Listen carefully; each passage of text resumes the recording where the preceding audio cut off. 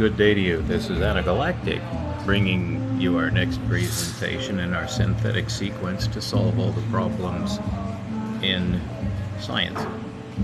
This, of course, took a long time. You could say about 4,000 years, or you could narrow it down to the last 2 centuries, depending on where you wish to jump off into the present day. Currently, it is late October 2025. We're getting ready for Halloween, which I've claimed is the most important holiday of the year. Of course, that's just to make a joke.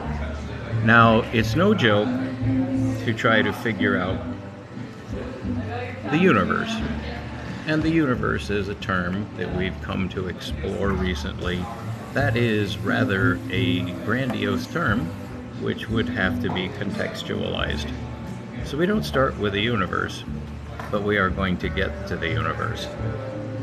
In the prior few videos, we have been introducing some terms which are necessary in an inductive approach, which is now required. It's the final stage of science. This is repetitive and on a cycle as part of the scientific process. The scientific process does include such a thing as we were taught in school, the scientific method, which is highly specific, extremely rigorous, extremely difficult to master.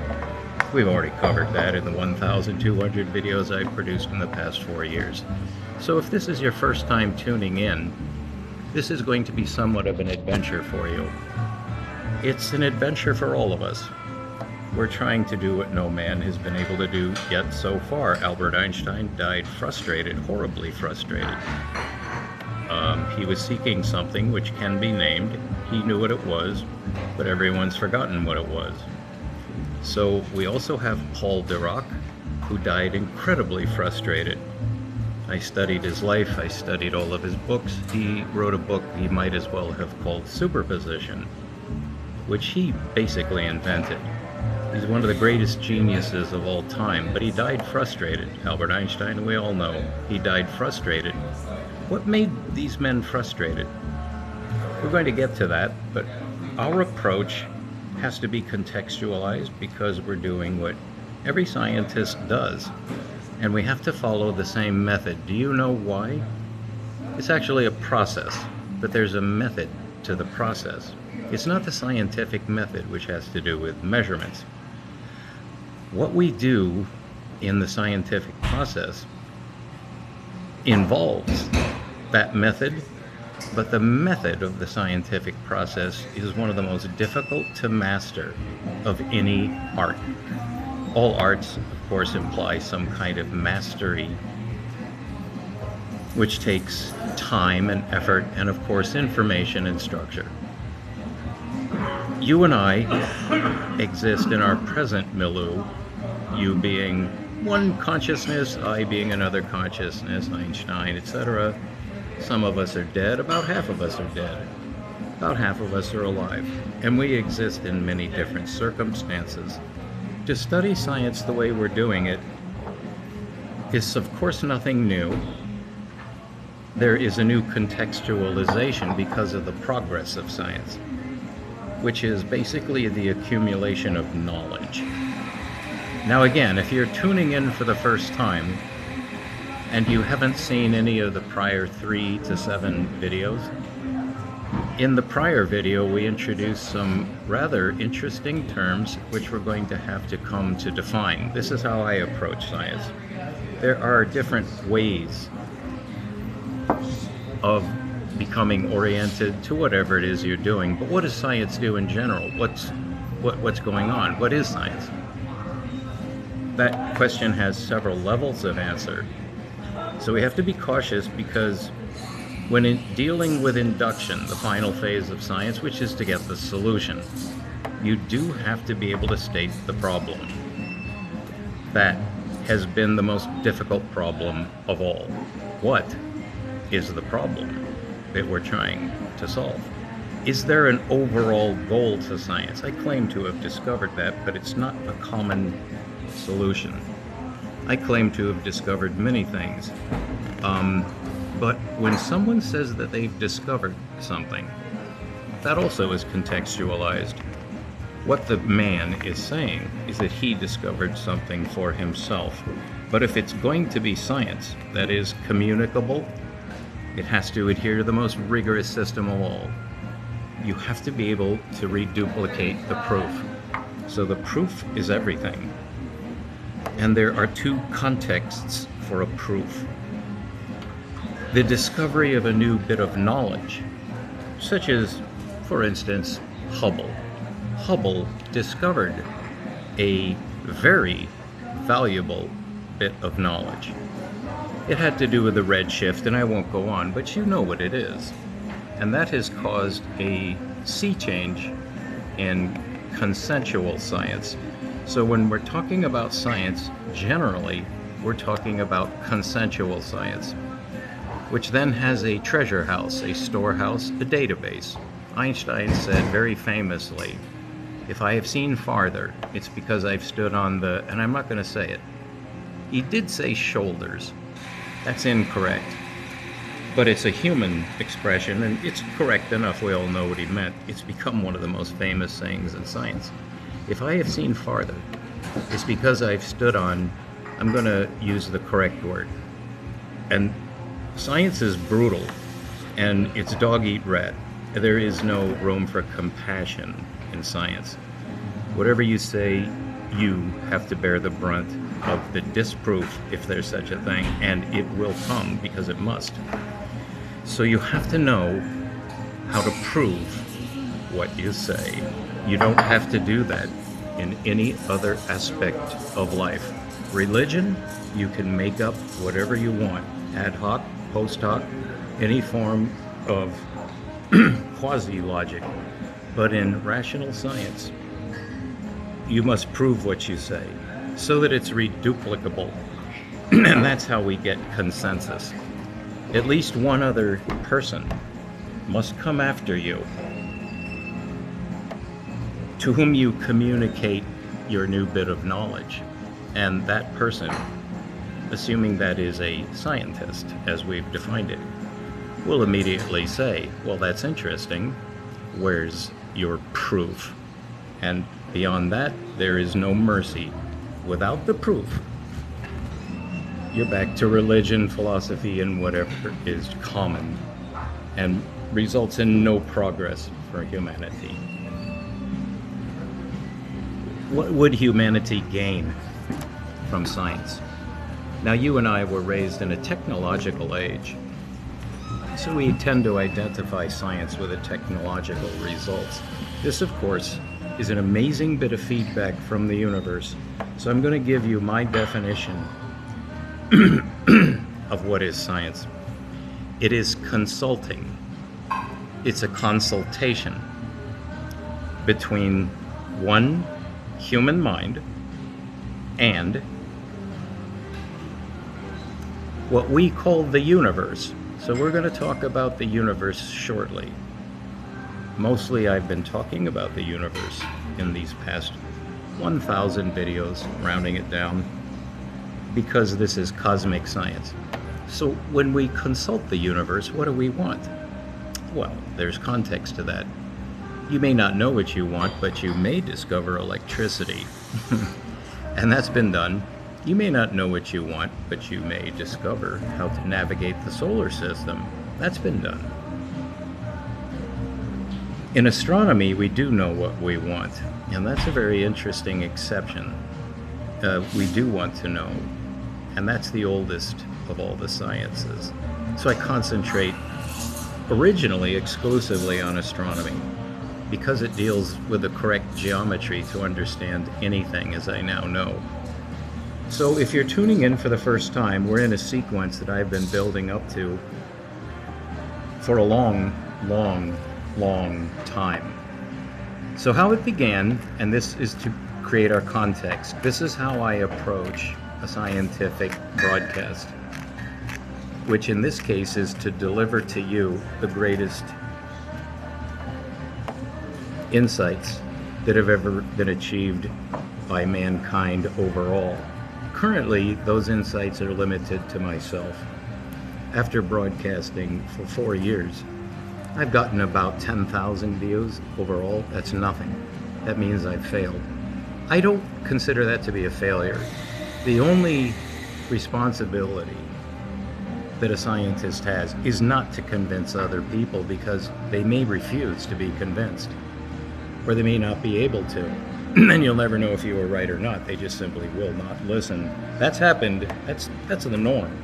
Because anytime you discover something new, you're going to step on someone's toes. Every time. Every time you discover something new, you're going to find someone who wants you dead, hates you. But we translate that to the more genteel.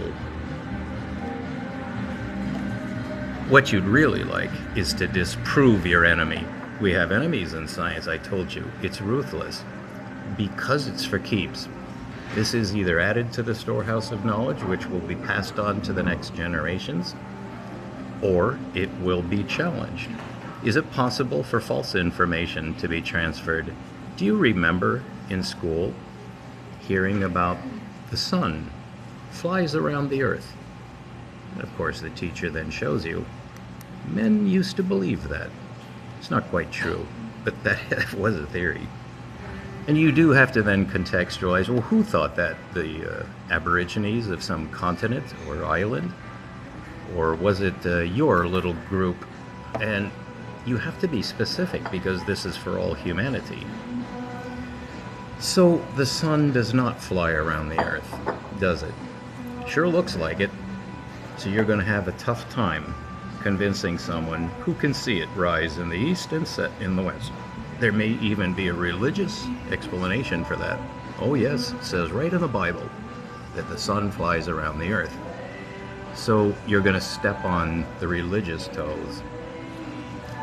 Now, I think you know what we're leading up to in terms of contemporary science and what is considered to be the most important information of all.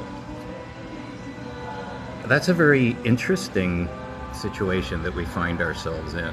What is causing all the controversy at the cutting edge of science? Well, first of all, you would have to identify which science. There's geology, biology. I think you know there's quite a long list. And I spent a long time, actually, several times, looking up the classification system for scientific departments. And of course, it's important, if you can, to get the highest level hierarchy of all. Is it binary? Can we say there are two kinds of science? Because that's ideal if you can. I attempted to do so on the most logical dichotomy of all, which is, it turns out, based on a universal reference frame. That's currently unknown, and that is the heart of my discovery, which has taken 4 years to transfer to physics. It's geometry. So I transferred geometry to physics. And what Einstein could not achieve was the universal reference frame. He got something called a special reference frame. Then it took him 10 years to learn the algebra and invent the new form of calculus to deal with the fourth line in the 3-line extrinsic grid system that we've used for over 2,500 years, called Euclidean geometry. I discovered the correct geometry. There has ever and always been just one geometry. And in essence, I discovered that fact. Can I prove it? Yes. So that paper, which has been delayed for 3 years because of the incredible, basically, fusion explosion that's occurred at all levels of my studies due to this universal reference frame geometry. And they are synonymous, but that needs to be proved. Everything that I will tell you from here on in will need to be proved, and those proofs are so difficult and rigorous that it goes down to the very definition of what is a number. You may not have the patience for that. That's why it's important to bracket one's level of approach to a scientific question. Am I trying to teach you, as was done about 200 years ago, that plants have sex? That plants have sex? Well, that was discovered by a now famous botanist But London, just to refer to the English gentry, did not like to hear about sex. It was important that this botanist did discover it, and the reason I'm telling you this story is to illustrate several of the points I've just made about a scientific discovery. It was an incredibly important discovery that plants reproduce sexually. That was unknown until about 200 years ago. And you can look this up and study it yourself, but what am I trying to present here? An analogy. It couldn't be accepted in English society because it was about sex. And it's an amazing story of what this man did to get his discovery noticed and then accepted. What does that mean? That's science. It's consensual. If I make a discovery for myself and no one else knows about it, or they don't know enough to gain the new bit of information that no one knew before, what can you say about that discovery? It's not science, because nobody knew it except one man. That doesn't count. Because in science you have to have reproducible results. You have to be able to prove what you say. Could this man prove what he said? Absolutely. He proved it over the rest of his life because he was devoted to proving this. He had already proved it, but he wanted others to notice. And finally it was noticed, and then came Darwin, right after this man. Darwin, a name I'm sure you've heard. So that led to a most interesting series of discoveries, although this was just one of the feeder streams of one of the greatest discoveries in the history of consensual science. Remember, I asked the somewhat provocative question, or perhaps I neglected to ask it, but I'll ask it now. Is it possible to pass on false information? I do recall now I did mention it. The example I gave you is that the sun flies around the earth. If you're born into a society, into a family, into a culture or nation or kindred tongue or whatever it's called, and you wake up and you grow and you're old enough to learn, and you ask, wow, it looks like the sun just flies through the sky. Oh, absolutely it does. It says right here in the Bible, that's what happens. So that's not true, is it? There's some doubt about who actually believed this. The Greeks did not, but some of them did. So it depends on which age of the Greeks, because the Greek culture covered centuries. So we do know that some men thought that the sun flies around the earth because it's plain and obvious that it does. Well, that's part of the fascination of science. Wouldn't you like to know what really is happening up in the heavens? That goes back to the beginning of time. No other science does. That's the beginning of science. So that answers our first question. What is science meant to discover that will help humans? Without saying whether there are other departments or other actually orientations. Everyone, since the beginning of time, speaking of scientists, rational men who wish to use their rational intellect to understand what? What do you want to understand? It's easy to just say everything, which is true, but then where do you start? Well, it would be a good idea if you could do so to start where others started, and we do know where everyone started. That's quite a provocative statement in itself. Did Cro-Magnon man study the heavens? No, he wasn't human, that's the whole definition. So it's humans who want to know what's going on upstairs. What is that big ball of fire? And that's quite an open-ended question. What about that thing that changes phases during the night? What's that? How are they related? We can't touch them, but we know they're there. So they're fascinating. Well, that's a very interesting thing to say, isn't it? So we want to know because we're curious. Curios. We want to know because we're curious. So we're blueprinted to do it. We're blueprinted to do it. Now, if so, then there are two levels of solution. It is in the heart or mind or soul or spirit or whatever you want to call a human, a consciousness, an individual person, is always the beginning of science, because it has to begin with an individual. There's no such thing as collective man. But I just got done saying there has to be such a thing as collective man. But you see, it's not quite exact, is it? Collective man is the consensuality that surrounds an individual man. So in every single scientific discovery ever made, it began with one man. It is never shared. Although that's quite an interesting study, because several discoveries were virtually simultaneous by two men, and there are even some cases where there might have been a third who independently discovered the same thing. There are ways of explaining that so it doesn't seem like synchronicity or something equally mysterious. And synchronicity is a very interesting topic that's being studied extensively now because we're desperate for answers. Desperate. We simply cannot understand the universe. It so far has been impossible. And that's what Einstein was trying to do, was understand the universe. So was Dirac. And all the physicists since have been trying to do what they did and failed. All failed. It's been about a century now. What have we failed at? I've narrowed it down because in order to get a grip on such a vast topic as the cutting edge of science, first of all, you have to limit it to some field, which in this case is difficult to do because we're burrowing in at several levels.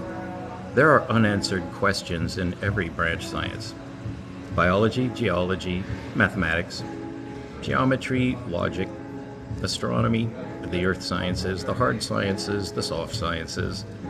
There are even quasi-sciences, psychology, the study of consciousness, the study of reality. This has to do with an evolution problem, but it includes everything. It's whatever we're curious about.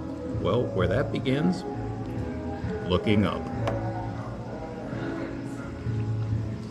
Now, I've learned to use the pause button here. This will be an extraordinarily long lecture. I'll try to break it into about 100 or 1,000 or 1,000,000 parts, but I don't have much time because I'm dying. So this will be one of my last broadcasts. I hope I've done well in transmitting to you the solutions to your problems, whatever they might be. But I don't play for half measures. I've never played to just get something, just to be like anyone else and just push the envelope a little bit farther. Nope. No, it's time to wrap it up. What have we discovered? Well, I've gone further than anyone, and now you're going to have to trust me. We'll be right back. You'll only notice a nanosecond, but I have to get some fluids. All right, we're back. Now, we have consumed about 20 minutes in this bracketing information phase, which I always indulge in. So you should know my approach to science. It's called the Polya method. Polya was a Stanford professor of logic, one of the greatest logicians who's ever lived. I studied his work far too late. It was not taught to me in high school because we have a rather retarded education system in America, and I've given several examples of that. I'm rather bitter about some of it because I could have done a lot more if I had started in my 20s instead of in my 50s. So the solution to what Einstein was seeking and never found has to be stated in the form of a problem. So do you know what problem Einstein was trying to solve? Every physicist knows it, but you might not. Let me just share it with you. He was looking for the universal reference frame. The way that's phrased today in contemporary so-called cutting-edge science is that what is still being sought, because Einstein missed, he missed by a country mile. Einstein really, really botched it. And I am forced to say that he really wasn't very intelligent. But we know he was. So what am I implying? He was taught. He was taught by those that he said that he stood on the shoulders of. And it's their fault then. He actually blamed them. If I have seen farther, which he did not do, although in a very restricted sense, he discovered something of such incredible importance that only I can define what it is for you. So we're leading up to that. What did Einstein think that he was trying to discover? And what did he actually discover? And who's to blame for it? Because I've disproved his field equation. It's inaccurate, it's inexact, and that's commonly known now.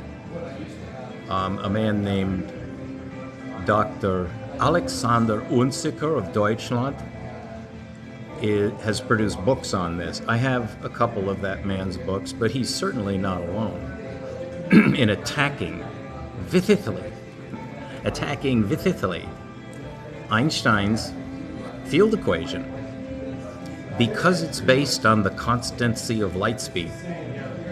I discovered why he thought so, but Einstein himself did not discover why he thought so, because if he had, it would have been the universal reference frame.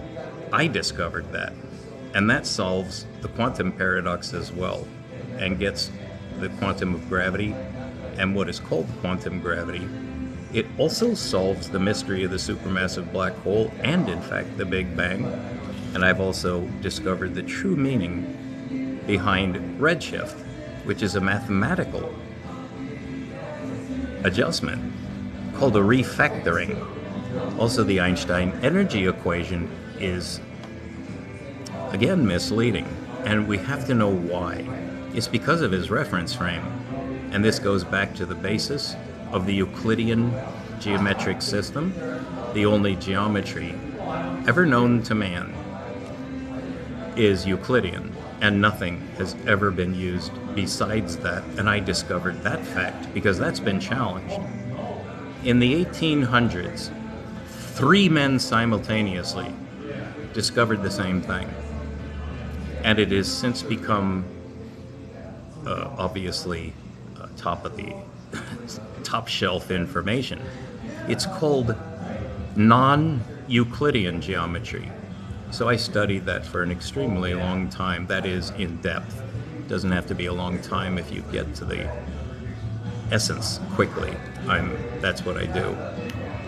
Because of being a good logician. You have to be a good logician to see these things, but then you have to be a good mathematician and geometer. And geometer is a word. So what actually happened when Einstein discovered? The first ever application of 4D geometry, which is non-Euclidean, it would have to be because it's 4D. Euclid never talked about 4D, but is it non-Euclidean? No, it's Euclidean. Why? Because it's lines. So he was looking for a reference frame to something that has no such reference frame. It's not lines. So Euclid was wrong. Euclid got it wrong. Well, that shouldn't be too surprising in one context. But again, I have to prove everything I say. It turns out to be extraordinarily easy to do that. But Lobachevsky did not discover non-Euclidean geometry. He discovered it's a very hard word to say, parallelity. He discovered non-parallelity. That's not the same thing as non-Euclidean. If you want non-Euclidean geometry, you have to do what I did, and nobody's ever done that. You actually have to go back to the Book of Elements, the most popular book that's ever been written, in science certainly. There is the Holy Bible, which is a tie. It's a tie between Elements and the Holy Bible. So the Holy Bible we do not want at this moment.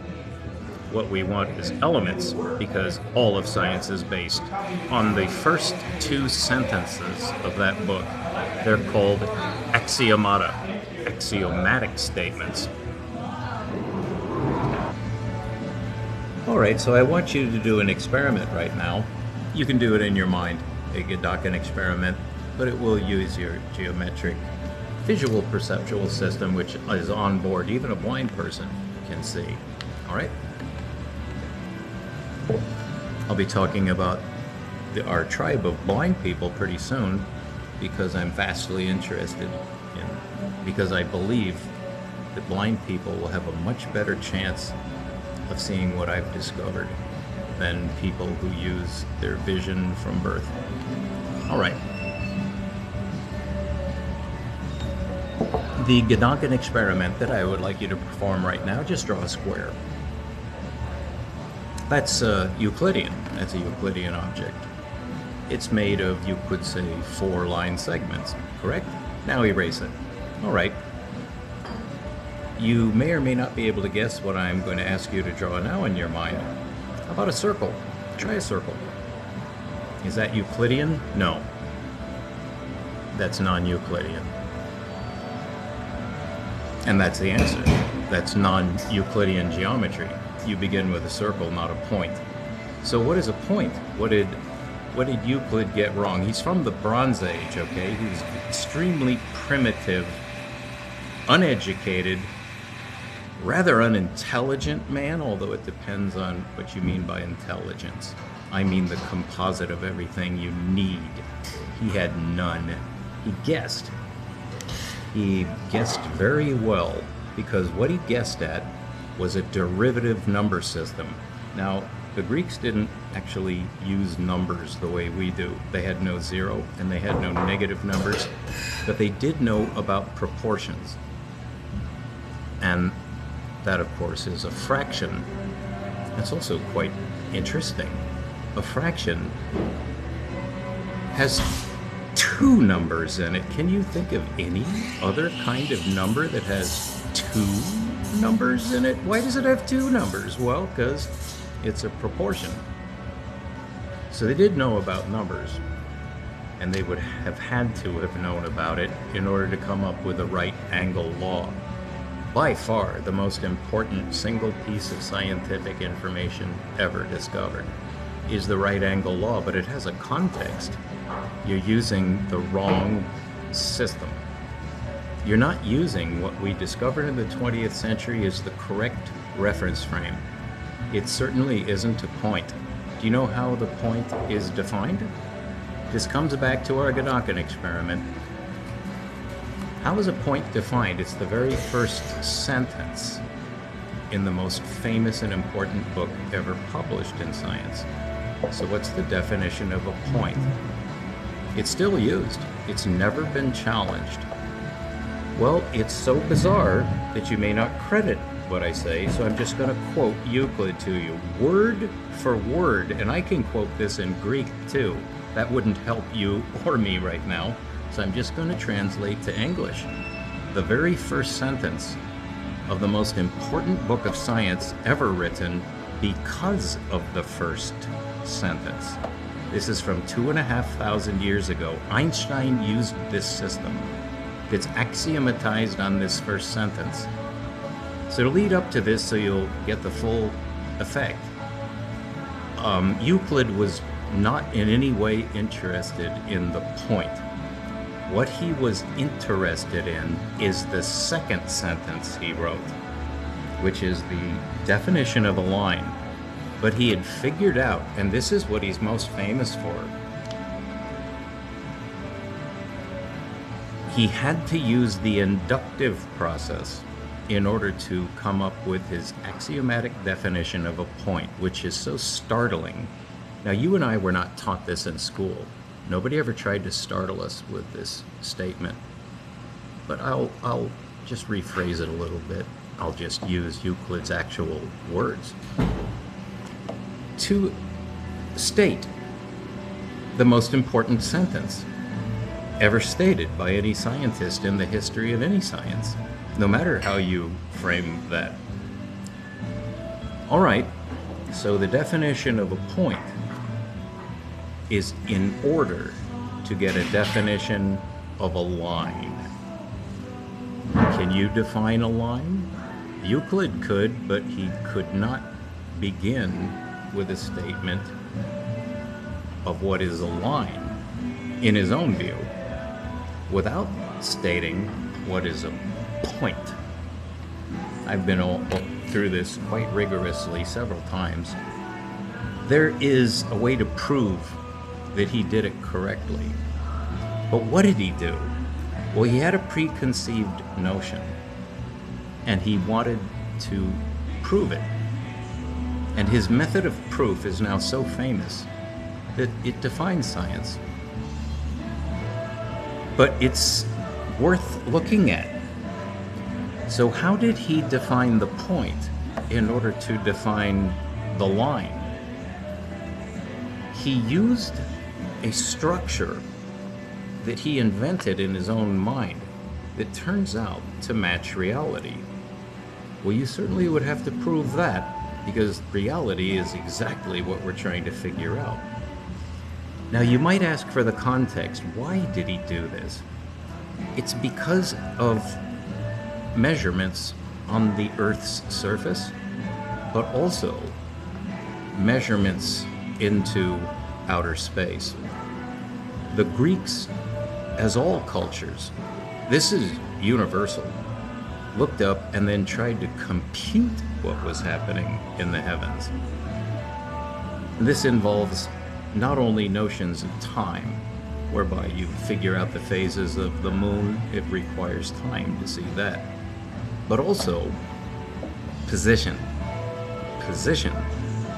Well, I think you know that a position, to this very day, is conceived as a point. It's tautological. So Euclid's on good ground. So let's see if we can get a little thrill out of what Euclid stated, the most important single statement in the history of science. A point has neither length nor width. And then he named a third. What? Today we call it a dimension. It is a linear dimension. I discovered that. Nobody has ever challenged the notion of dimensionality. Well, in the 20th century, we discovered at all scales that it's nonlinear. What does that mean? It does not mean 4D. It does not mean what Bolyai János, a Romanian who discovered what is called non-Euclidean. That's incorrect. It's absolutely Euclidean. It's just that it's a fourth dimension, a fourth line. Well, you can't see that line. You can't see the third line either. Let's try that experiment again. Make your square. Okay. In what space is that square? Well, I'll just help you out here. It's called the plane. A square only exists in a plane. So that's its embedding space, called a superspace. Don't let that baffle you. So now we're going to do it a little bit differently and not draw a square. Instead, we're going to use the plane, which Euclid discovered, okay? So he invented the plane as well, because that's simply one more dimension. Well, he didn't use the word dimension, did he? No. He didn't call the point the 0th dimension. He never called the line the first dimension. That came later.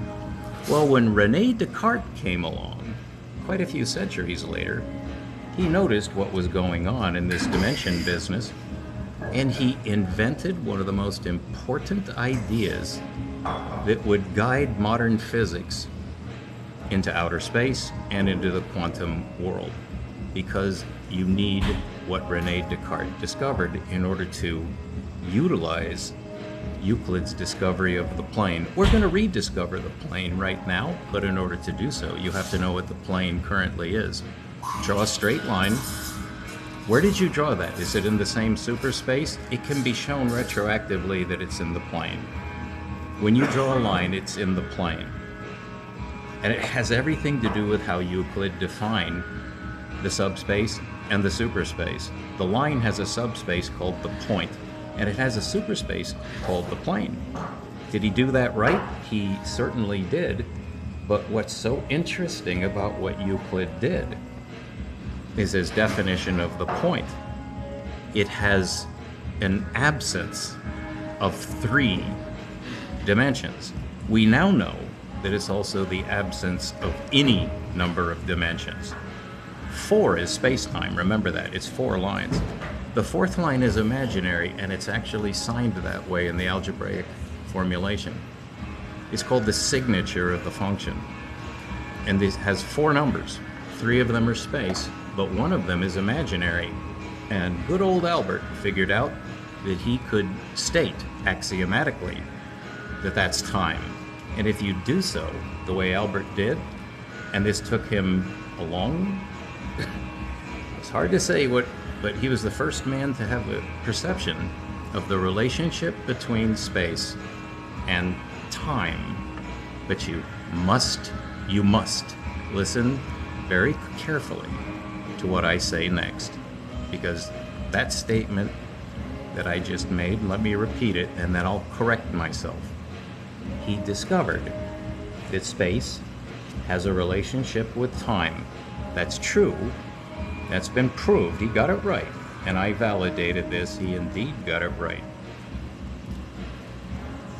But you're not stating it accurately enough. What he discovered is that linearly composed space, which is 3 lines, is related to linearized time, such that time is perpendicular to space itself. And I was able to prove that that's forever. He got it. He got it. But he got it in linear form. So when you create the Einstein field equation, which you can do with Dr. Physics A, it's all one word, DR, physics, capital A, that case doesn't matter on YouTube. It's a channel. I wish I knew the man's name. I should, because I watched his 3-hour video presentation twice, actually 2.5 times, where he explains the Einstein field equation. And of course, I've read this probably several dozen times in various books and articles. How he did this? How did he do that? How did he figure that out? Well, no one knows how he figured it out, but he was able to prove it. And that's the only reason we have space travel. You can't navigate to the, certainly not to the outer planets, beginning at Mars. There would be nothing on Mars from Earth if it hadn't been for Einstein, and I think you know why. So what he discovered is now called space-time. And that has a very specific mathematical and geometric definition. It's the geometry that's important in the long run. But the mathematics can be forced to work with supercalculus, what I've called hypercalculus. Einstein invented hypercalculus. He uses something called a gamma term, the Kronecker delta. And it's so difficult to fathom because it's basically a distributed partial derivative across 4 dimensions that don't match. So it produces a geometry which is currently called hyperbolic geometry. That's an error, for the same reason that the Einstein field equation should not be said to have related space with time, because you're not saying enough. It's also true that the mathematics should be specified more clearly in order to show what kind of geometry is, because it's not hyperbolic. It's part of a superfamily of hyperbolic systematology, you could say, but hyperbolic space is counterintuitive. It's actually pseudo, and I can rigorously prove that according to the mandates of science. So it's pseudo-hyperbolic space. Fully explicated, no one would challenge that statement. It's not really hyperbolic. You know why? Because of the signature. It's a 4-number signature. These are the terms that go into the function. 3 of them are spatial and orthogonal. That's called linearized space. It's Euclidean. And he added another Euclidean line that's orthogonal with all 3 of those. That goes into imaginary space. In order to formulate that in geometry, in order to make it work for spaceflight, you have to make that term negative. That's polar negative. Plus and minus is a polar concept. Well, that's quite interesting. That time in the signature is negative, whereas all of the space parameters, what Euclid would call length, breadth, actually length and height. But then there's the third one, And here's the conclusion of our Gedanken experiment, so you'll know what we're up against when we approach Einstein's amazing, incredible, proved insight. Draw your vertical axis, which we call y. It was Descartes who came up with this. Draw your x-axis, and now you have a parametric plane. Because you've described both linear aspects of the plane, there are no further linear aspects in the plane. And so to the proportion that you say that the line is an actual object, you can say that a perpendicular line with it creates a new space, and that's called 2D. If you add depth, where is it? How would you draw that?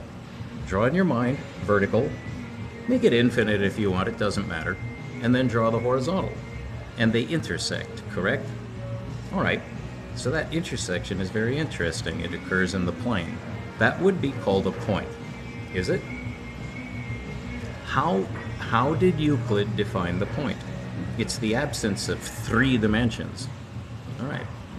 Is it possible for a point to have 2 dimensions? Well, there's one that has 2 dimensions.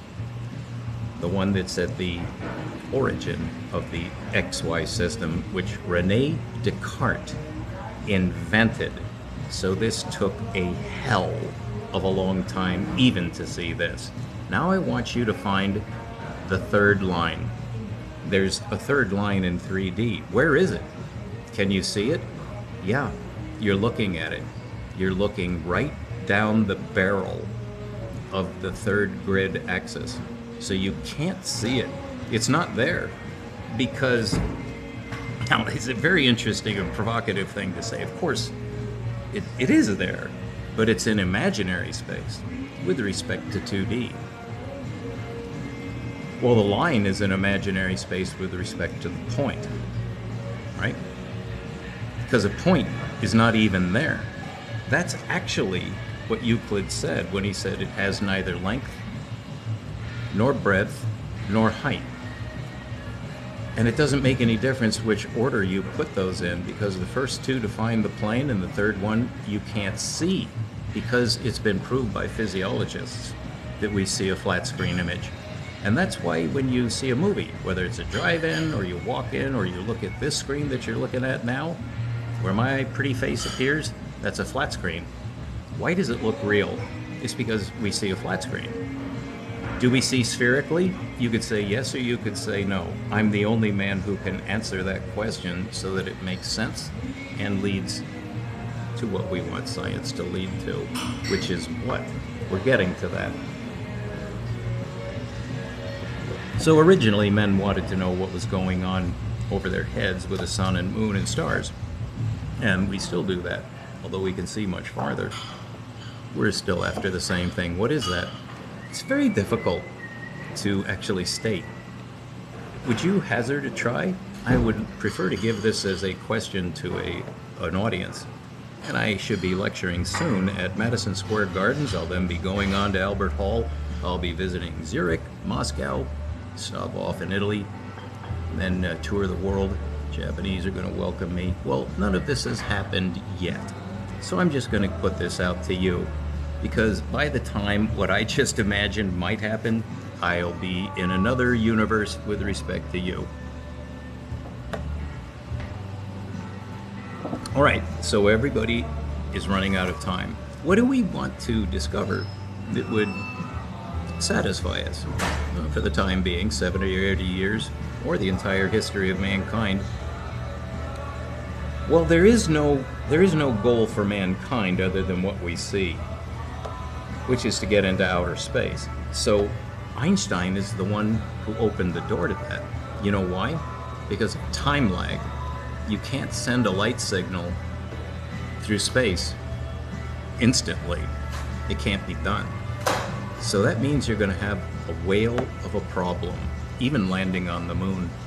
This is about a 1 to 2 second delay. I think it's about a 2 second delay to the moon. We have to count the round trip. So that distance also entails time, and that is exactly what he discovered. People before Einstein were just too stupid or nearsighted, or just weren't enlightened enough to realize that light has to have a speed. Well, actually, it was discovered a long time ago, 3 or 4 centuries ago. about 3 centuries ago. Well, you could look it up. It's a good study. How do we know light speed? Did Einstein discover that light has a speed? No. And I'm sure you know that. But what did he discover? He discovered something that nobody had ever thought of course. But how do you phrase that? He discovered that space has a characteristic. That space is not what Newton said. Newton said that space has no characteristics, and nobody argued with him there because it has none. Or could you say that space does have a characteristic? That's what Einstein said. He said, whenever you're talking about distance, Euclidean distance, you're also talking about something else that you just never even realize is always there. And that's the time lag. Every distance has a computable time lag, and it's exact. And the ratio is so exact that it's been fixed by pseudoscience. It actually is convenient, and I agree with this decision, but it must be understood that light speed does have to be measured, and we've never learned how to measure. How can you measure light speed when you don't even know that light has a speed? Well, you can watch another excellent presenter, and again, I don't know the man's name, but his station is called Veritasium, Veratisium, and he gives an excellent presentation, which has a most provocative title, which is What Drew Me, and he delivers. He shows you that light speed, that is the speed of light, cannot be measured in one direction. It has to do with time lag. So you actually have to bounce it, which is how Einstein composed all of his Gedanken experiments. There's always a mirror in there. You can compute light speed. If you're very, very good at math, you can compute light speed. It was computed by a man named Rømer, who is a Danish mathematician and physicist, who was looking at the heavens, as all good scientists do, because that's where you're going to find the real answers, is up in heaven. So you know what? Let's go on here, because as I said, we're running out of time, and it's already been an hour, and I'm not sure how much charge this phone has.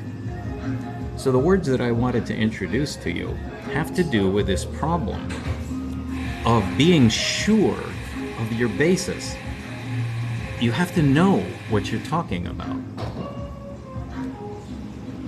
And we're going to jump off from Einsteinian physics, which is known to work, or we would not have been able to get to the outer planets. You have to compute the time lag when you talk to your probes, or by the time the instruction gets there to thrust, or whatever is the instruction to guide it, navigate it.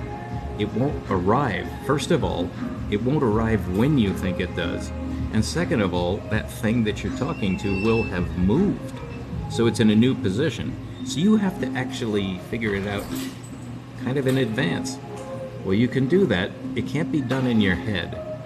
Nobody can compute the corrections for general relativistic and special relativistic signal communications in their head. Obviously Einstein could, but no one else can. You must have a computer or you can't do it. So this is well timed. Einstein made his insight that all distance measurement entails a time lag. That's a linear relationship.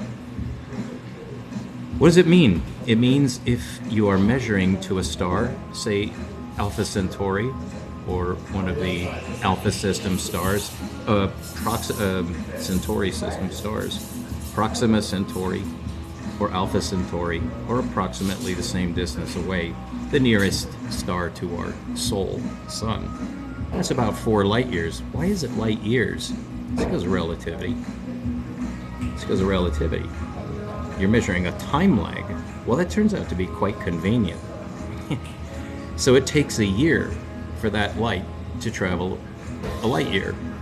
Well, we can compute, actually on a parallax, that star, Alpha Centauri, or whichever one, and this holds for anything up in the heavens, you can compute how far away it is, right?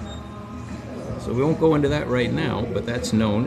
It is possible to get that distance correctly. But then you can measure it in inches or miles or in larger units. That's called your metric for you. So what are you using? Yards, furlongs?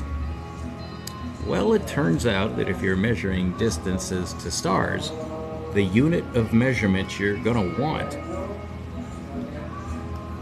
is the distance that light travels in a year. So that's why we have light year. It's relativistic. It's perfectly accurate. How do we know the exact ratio? Do you know the exact ratio? See if I can remember it.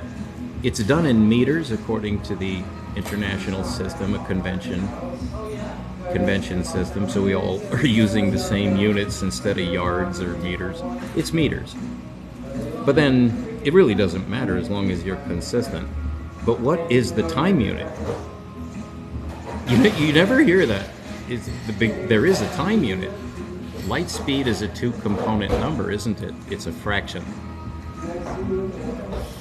So it's distance in meters over time in seconds. Can you define what a second is? You would probably, as I would certainly, go mathematically and divide it out. How many seconds are in a year? Well, it's something like, I'm sure you could work it out. I have several times, but I don't like to remember meaningless numbers because you can figure it out anytime you want. But it's quite a few seconds in a year. So it's the distance in meters over a second, which is, how is that defined? It's defined on a year. How is the year defined? On a circle. It's defined on a circle, and that's the only way you can define a unit of time, is on a circle. So that's what we have been trying to figure out for about at least 4,000 years by looking up into the heavens and observing the cycles of nature. We're seeing the other side of nature, the cycles. That's in the I Ching. It's the basis of Chinese religion, which I validated. It's a holy book, and I'll show you why. Also, every culture has noticed this. That if you want to know anything about reality, you're going to have to do what Einstein did and somehow figure out how time works in there. It has nothing to do with a point, but it has everything to do with the redefinition of the quantum. So we need to redefine the point. Essentially, that's what I did. So you can't start with a point because you don't want a line. And you draw a line on the plane. So you have to start on the plane to get the right basis object. Euclid wanted the line. He did not want the circle. Mankind itself would do. We don't know how to compute a circle at all. You may have heard of pi. You know what that is? Is that a number? When my paper comes out sometime around Thanksgiving, and it'll be followed by 2 more papers to show the application of this geometry. But the geometry says it all. You can't use irrational numbers in measurements because irrational numbers are not numbers. That can be proved. I did prove it. It's actually been proved before. A guy named Cantor was trying to show the continuity of a line, that the points on a line can be made continuous. No, in the calculus books they all say the same thing.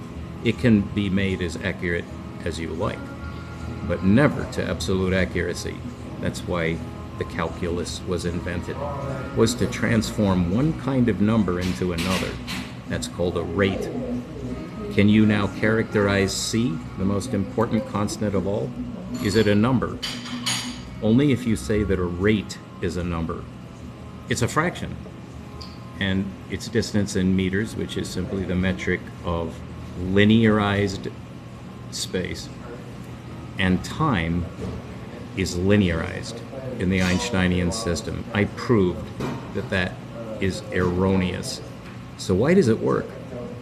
Because of the calculus. The calculus makes it work. Because it turns out, there has to be a reason for that. I discovered the reason why it works. It's still inaccurate, There's no way to get the right solution. It's actually the quantum paradox. And this goes to Zeno's paradox. It has to do with cycles, which has nothing to do with points. What it has to do with is another dimensionality to reality, which is not spatial, it's not positional. So we're getting down to the elements of the universe, which would be essentially, as of the 1920s, the proton and the electron. Now you know there's another funny particle called a photon, and we're going to get to that. We're going to study the collapse of the wave function. I got the solution to that, which should get me a Nobel Prize, because that's exactly what we want. That's what Paul Dirac said.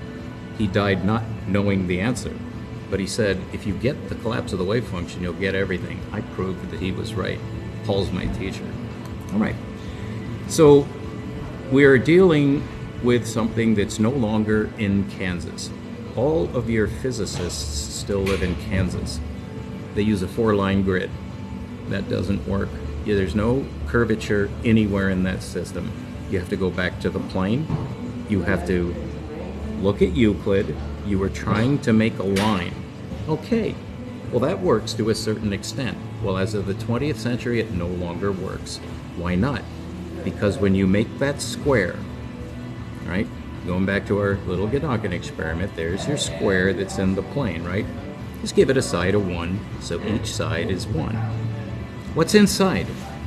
All right, Euclid defined the point as only existing at the corners, right? Because that's where two non-existences coincide to make a point. But you see, it's a composite point. It's at least two. There's no such thing as a single point. What about on a line? Well, that's what Euclid said, is that a point does exist on a line. Where? That's what Cantor tried to prove. Where is that point? Can you get infinite divisibility on the line? No, because Euclid quantized. He quantized the line. Euclid quantized the line on a non-existent object. It's not even there. So the line is made of those. And that's why Cantor lost his mind and died in a Polish insane asylum. Most of our physicists and mathematicians are equally bad off. When you start talking about the expansion of the universe, you have gone way too far. I've solved that. So why do scientists keep saying that the universe is expanding? It's because they're monkeys. We'll be back soon. I hope I've gotten you interested anyway. I wouldn't say any of this if I hadn't already proved it. How come I'm not touring internationally? How come I'm not famous and rich? I couldn't care less. I do this for me. But in science, you have to share or you're not doing science. And I took the vow before heaven, before the highest authority. You may not credit that. Stay tuned and you'll get your reward anyway, because heaven gave it to me, I'll give it to you. I don't care what you think. Thank you.